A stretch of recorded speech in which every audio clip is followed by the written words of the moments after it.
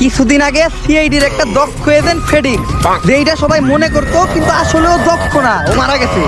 যে কারণে আমরা ওর জায়গায় ওর মতোই একটা অদক্ষ এজেন্ট খুঁজতাছি, যার ভিতর এরকম কিছু গুণ পাওয়া যাবে, সেই হবে সিআইডির নেক্সট এজেন্ট। তাই সবাই সবার গুণ বলো, যার গুণ আমার মনে ধরবো তারাই আমি সিআইডিতে নিব। বলো তোমার স্পেশাল গুণ কি?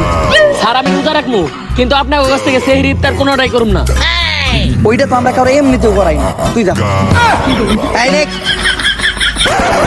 কত স্পেশাল গুণ কি? স্যার আমার হাতের পেশি এমন শক্ত, আমি এটা দিয়ে হাত দিয়ে পাহাড় ভাঙ্গা লাগতে পারি।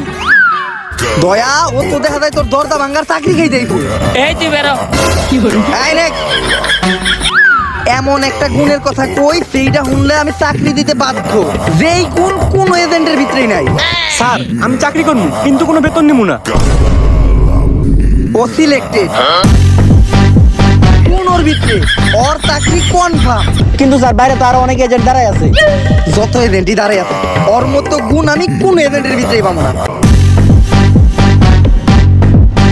আজকের থেকে সিআইডি তো আমার প্রিয় এজেন্ট।